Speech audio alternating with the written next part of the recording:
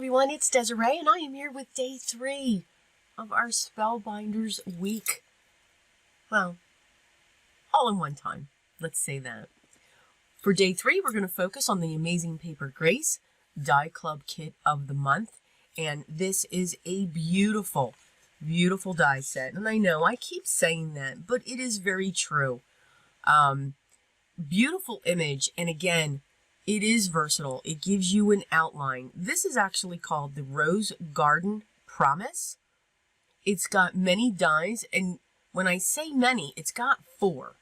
So it's got the outline. This will make a 5x7 card, and I am using some card bases that are going to be in a new collection of card making basics called the Card Shop. So you'll be seeing that growing on Spellbinders very soon. I'm going to focus on 2 cards. So for this one, you can see I took that die, kept them all together, and I embossed into a piece of watercolor paper. This is my Canson XL watercolor paper. It does get bumpy, but that's okay. I'm pulling in my Altenew watercolor pan set, and what I'm doing, I've sprayed it with some water just to get it a little bit damp, and now I'm just dropping colors in. What I am loving is it's going into those creases when it comes to the color. So I'm getting these different colors, and again, you can see I am literally just dropping colors. I am using a 2-color process here. I'm not worried about being neat. I just want to get these colors down and let them do what they're going to do. You can see because the entire piece was sprayed to get damp, that these colors are just traveling, and I am absolutely loving that. You're going to see this card. I'm sorry, I did 1 card. Why did I say I did 2 cards? I did 1. Okay, sorry about that. You're going to see that you can build this up when it comes to these colors. As I'm tilting it, it's actually filling in the crevices, those embossed areas,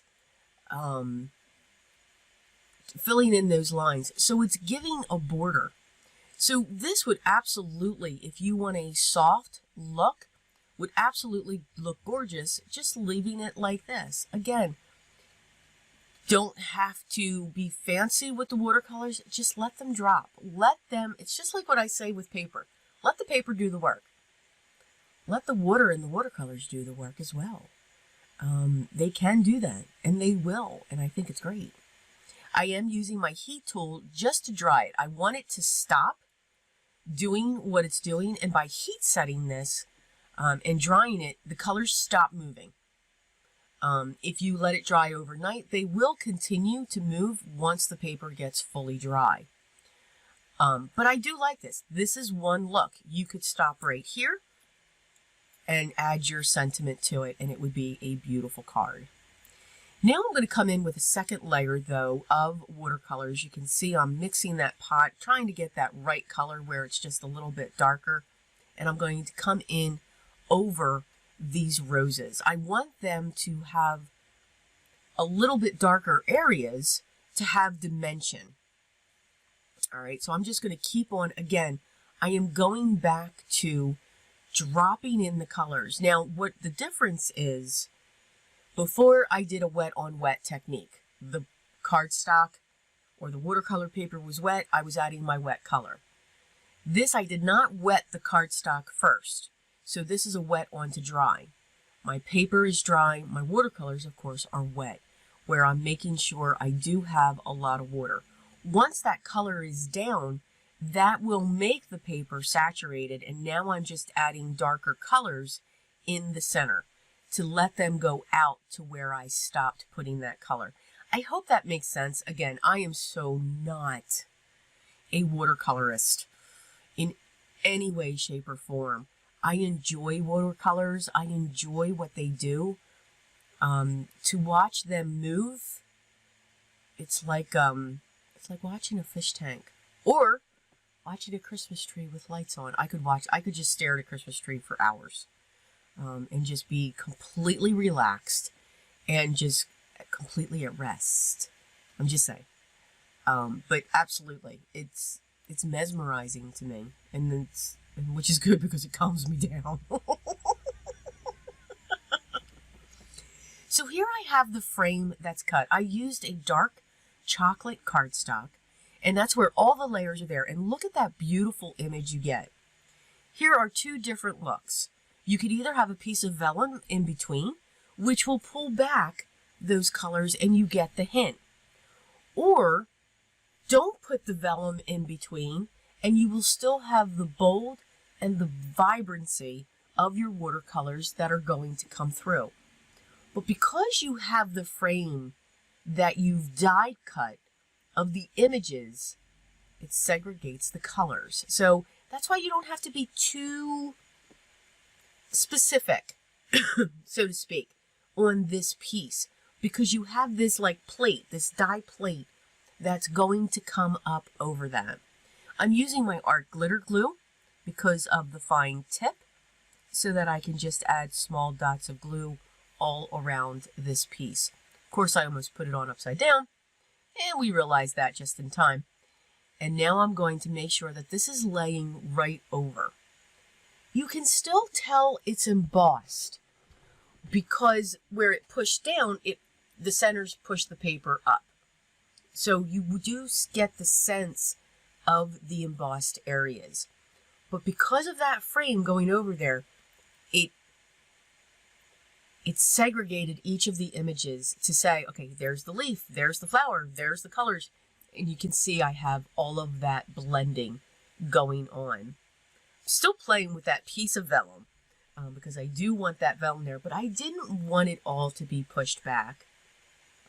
I'm using my 2-inch film tape by Uline because, again, lots of water on this. This helps to flatten it out when I go to put it onto my card base, which, again, is going to be 5x7.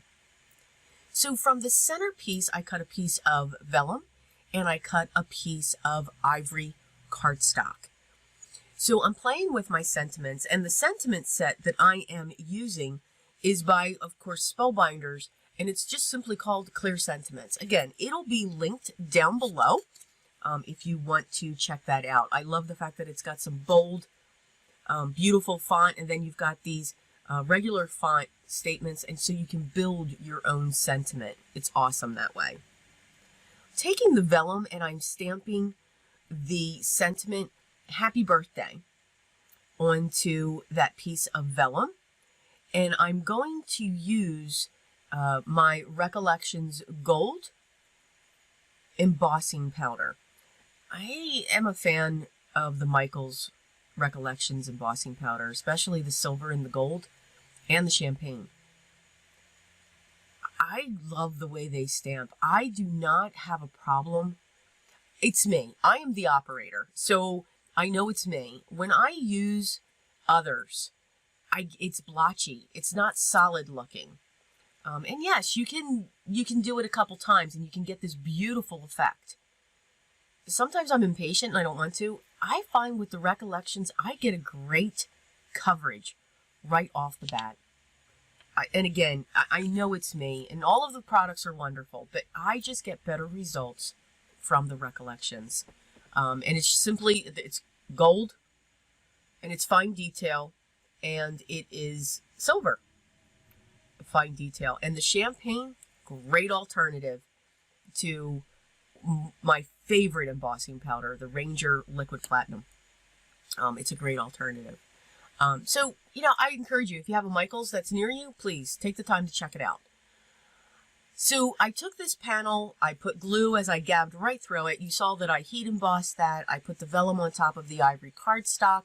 I'm using my double-sided foam squares now because I'm going to put that like a paper piece right in that center. So it's going to block out that center, but I still have it on the edge.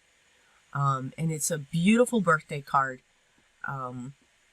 that really took no time at all to make. You can have fun with your watercolors or any medium that you may want to use. Please enjoy, have fun with it.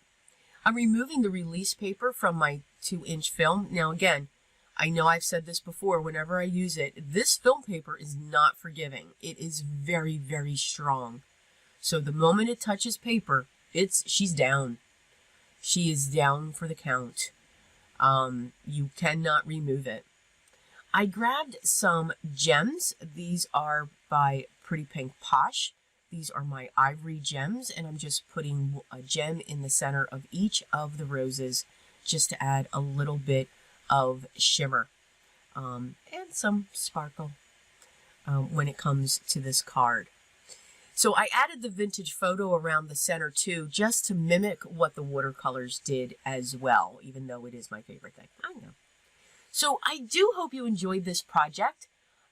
Make sure you stay tuned for day 4. There will be a day 4 for Spellbinders.